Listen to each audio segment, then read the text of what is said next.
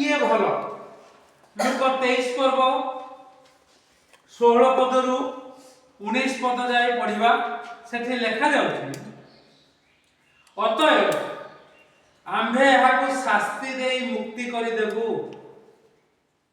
कारण गत थर देखिलु हेरोद राजा जे कि विश्वासी नुहंती अविश्वासी जे कि जाजक नुहंती बा अदक्ष नुहंती सेमाने सब आसी बिना कारण रे यीशु को जते बळे दंडित करिवा पई नहीं आसिले आ विचार करी पिलातो एवं हेरोद दुहे जाक ताहा तांकर कोनोसी दोष पाइले नहीं से भल लोक बोली जानिले सेति पई पिलातो कहउचंती आमे एहाको शास्ति देई मुक्त करि दबा मात्र 18 पद से माने समस्त एकत्र चित्कार करी कहिले एहाको बद्ध करो आमान को निमंते बारबाकू मुक्त करो किए भलो पिलातो भलो हेरोद भलो नाई जनसाधारण भलो ना अध्यक्ष फारुसी माने भलो किए भलो कारण ए लोक माने कहउचंती ए बारबाकू मुक्त करो कारण ए 12-19 पद नगर रे घटिथिबा कोनोसी विप्लव जोगु और नरहत्या हेतु कारागार रे पका जाइथिला यीशु को क्रूस रे चढ़ाइबा पई आउ जने बंदी को नरहत्या दोषरे जने दोषीकृत लोक को ताकू परित्याग करिबा पई ताकू छाड़ी देबा पई कारण पर्व समय रे 17 पद समान निमंते जने बंदी को मुक्त करिबा को होउथिला एहा रीति थिला सेति पई मो शीर्षक नेली किए भलो शीर्षक किए भलो प्रभु यीशु भलो ना अन्य समस्ते जो माने मानुचंती से माने भलो ना विश्वासी माने जे अध्यक्ष फारुसी से माने भलो ना जनसाधारण भलो किए भलो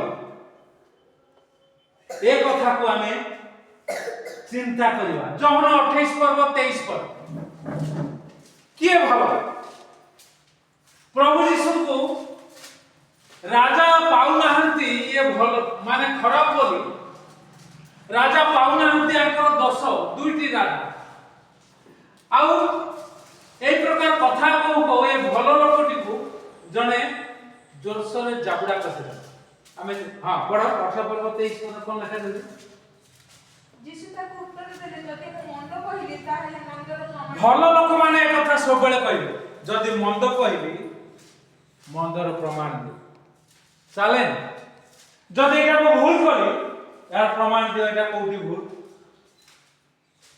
तापर कोन कहउतंती प्रभु यीशु किंतु जदि भलो कहिली ताहेले काहे मते मारुछ भलो जदि कहली ताहले काहे की मते मारुछ काहे की मते मारुछ ता माने प्रभु यीशु भलो भलो जदि कहली मु ताहले मारुछ काहे की केते भलो मोर यीशु प्रभु केते भलो मोर यीशु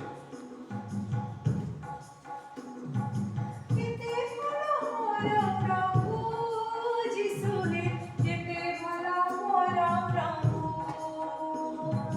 केते भलो मोर प्रभु यीशु हे केते भलो मोर प्रभु तुम्हें विश्वास यीशु हे तुम्हें विश्वास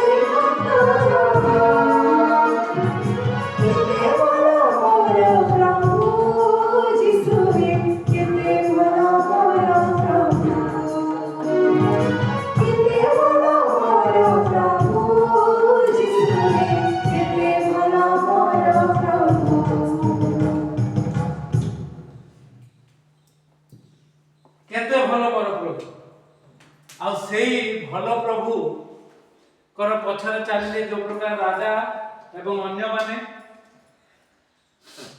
ସେମାନେ ତାଙ୍କୁ କ୍ରୁଶରେ ଚଢେଇବା ପାଇଁ ତାଙ୍କୁ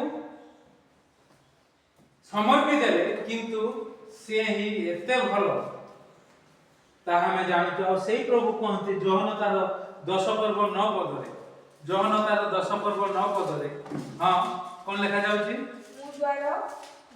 ମୁଁ ଦ୍ୱାର ଯଦି କେହି, ଅପସନ୍, ଜବରଦସ୍ତି ନୁହେଁ। ସମସ୍ତେ କହୁଛନ୍ତି ଜବରଦସ୍ତି ଏମାନେ ଖ୍ରୀଷ୍ଟିଆନ କରିଦେଉଛନ୍ତି, ଲୋଭ ଲାଭ ଦେଖି ଖ୍ରୀଷ୍ଟିଆନ କରିଦେଉଛନ୍ତି। ଆଜ୍ଞା ଆପଣ ମାନଙ୍କର କାତ ପାଇବନି ଆମେ ଯୋଉ ପ୍ରକାର ଖ୍ରୀଷ୍ଟିଆନ କରିବୁ, ଆମକୁ ଆଫିଡେଭିଟ କରିବାକୁ ବି ପଡିବନି,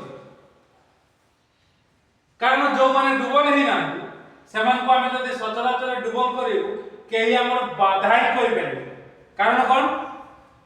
ସରକାରୀ ରେକର୍ଡରେ ତାଙ୍କୁ ଚଢି ଯାଇଛି। କାରଣ କଣ? ଏହି ପ୍ରକାର ଶିକ୍ଷା ଦଉଛୁ।